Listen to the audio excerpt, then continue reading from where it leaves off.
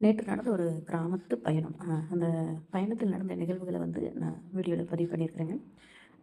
என் தம்பி ஃபோன் பண்றான். இப்படி மாமனாரோட தம்பி இறந்துட்டாங்க. அதனால கிளம்பி வாங்க அப்படின்ட்டான். நாங்க வந்து சொன்ன அன்னைக்கு போ முடியல. அடுத்த நாள் தான் கிளம்பி போறோம். போலான்ட்டு நாங்க பஸ் ஸ்டாண்டு போயி, சரி நீ பஸ் ஏறிக்கலாம் அப்படின்னு நின்னுட்டுருக்கிறப்போ, தம்பி உடனே ஃபோன் பண்ணாப்படி, "நீங்க பஸ்ஸுக்கு வர வேண்டாம். 4 பஸ் மாறணும். ரொம்ப சிரமமா இருக்கு. நீங்க வந்து டூ வீலர்ல வந்துருங்க" அப்படின்ட்டாப்படி. அப்புறம் சரின்ட்டு நானும் பங்காளி வீட்டு அண்ணாவும் வந்து டூ வீலரில் பயணித்தோம். அந்த காலத்தில் சின்ன வயசில் நடந்த விஷயங்களை எல்லாம் பகிர்ந்துட்டு அப்படியே பேசிகிட்டே போங்காட்டி போனதே தெரியல. போயிட்டோம். அதுக்கப்புறம் அந்த ஃபாரஸ்ட் வழியாகவும் போனோம். அவங்க ஊருக்கு போகிறப்ப அந்த ஃபாரஸ்ட் வழியும் கொஞ்சம் கிடக்கணும். அதனால் கொஞ்சம் ஒரு 2, 3 கிலோமீட்டர் பயணம் அதுக்குள்ள.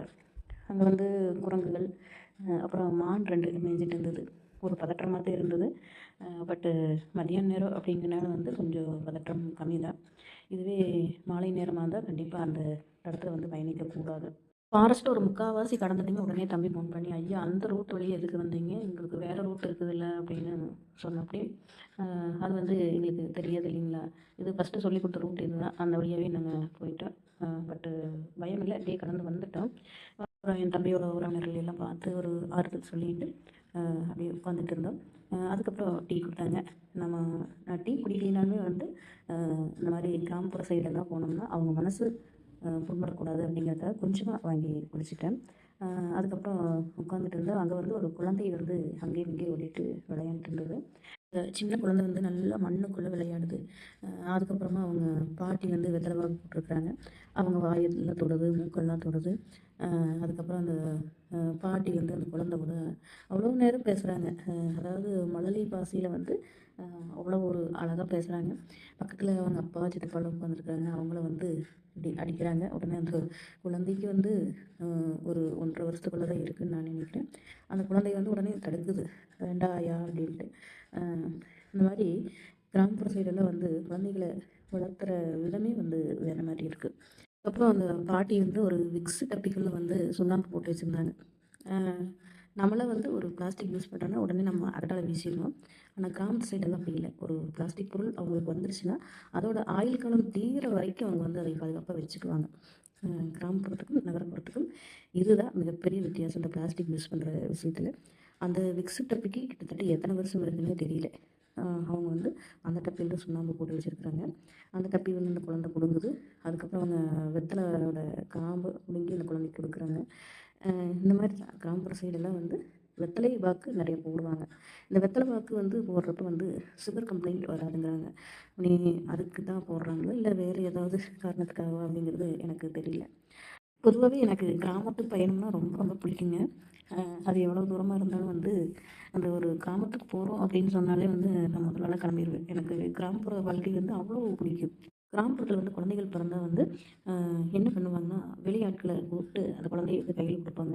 அதாவது மாதவிலக்கு ஆன பெண்கள், அப்புறம் வந்து தோட்டத்து வேலை செய்கிறவங்க, இந்த மாதிரி நிறைய நிறைய விதமாக வேலை செய்கிறவங்களை எல்லாம் கூப்பிட்டு அவங்க கையில் வந்து குழந்தைகள கொடுத்து வாங்குவாங்க. என்ன காரணம்னு கேட்டிங்கன்னா, ஒவ்வொருத்தர்கிட்ட ஒவ்வொரு மாரி கிருமிகள் இருக்கு. அந்த கிருமியோட வந்து இப்போவே அந்த குழந்தை பயணிக்கும்போது வந்து, வருங்காலத்தில வந்து என்ன தொற்று வந்தாலும் வந்து, அது வந்து அந்த குழந்தைக்கு நோய் எதிர்ப்பு சக்திய உண்டு பண்ணிரும் அப்படிங்கிற ஒரு நம்பிக்கை கிராமப்புற சைடுல இருக்கு. இன்னைக்கு வரைக்கும் அதை நிறைய பேர் ஃபாலோ பண்றாங்க. நானுமே என் குழந்தைங்க பொறந்தப்போ வந்து வீகருக்கு கொடுக்கக்கூடாது, அவீகருக்கு கொடுக்கக்கூடாது அப்படிலாம் யாரும் எதையுமே நினைக்கல. நான் எல்லார்த்தையுமே பார்க்க விட்டேன். எல்லாருமே எடுத்து என் குழந்தைய வச்சிருப்பாங்க. அ எனக்கு என்ன தோணுதுன்னா, அந்த காலத்துலலாம் வந்து தடுப்பூசி கிடையாது. அப்படிங்கிறனால வந்து இது வந்து இந்த இந்த மாரி பல கிருமிகளோட வந்து அந்த குழந்தை வந்து பயணம் பண்ணும்போது வந்து பெருசானாலும் அந்த பாதிப்பு அப்படிங்கிறது வராது அப்படிங்கிறதுக்காக தான் கிராமப்புறத்தில இந்த மாரி ஒரு நடைமுறை வச்சிருப்பாங்கன்னு நான் நினைக்கிறேன். ம். அதுக்கப்புறம் வந்து நிலாவ காட்டி சாப்பாடு ஊட்டுவாங்க. நிலாவ காட்டி சாப்பாடு ஊட்டுறது எதுக்குன்னா, அ ஒரு குழந்தைக்கு வந்து சாப்பாடு கொடுத்ததையுமே அந்த நிலாவ காமிக்கிறப்ப அந்த தலைய நிமிர்ந்து பார்க்கும். அப்படி மேல் நோக்கி அந்த நிலாவ பார்க்குறப்ப வந்து நம்ம சாதம் வைக்கிறப்ப ஈஸியா வந்து அது உணவு குழாய் போய் அடைஞ்சிரும் அப்படின்னு சொல்றாங்க.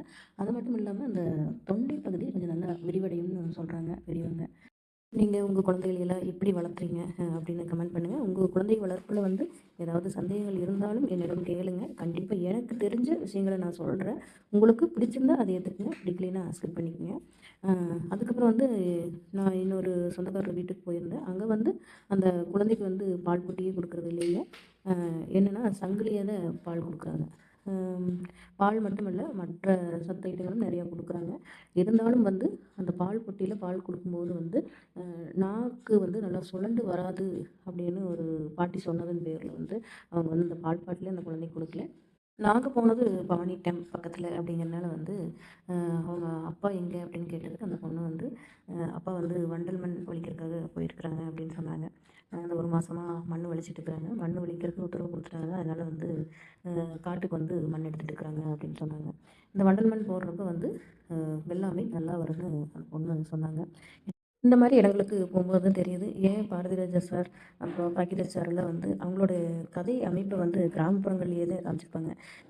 அவங்க எடுத்த முக்கியமான படங்களில் வந்து எனக்கு ரொம்பவும் பிடிச்ச படம்னா அது தூரல் நின்று போச்சு.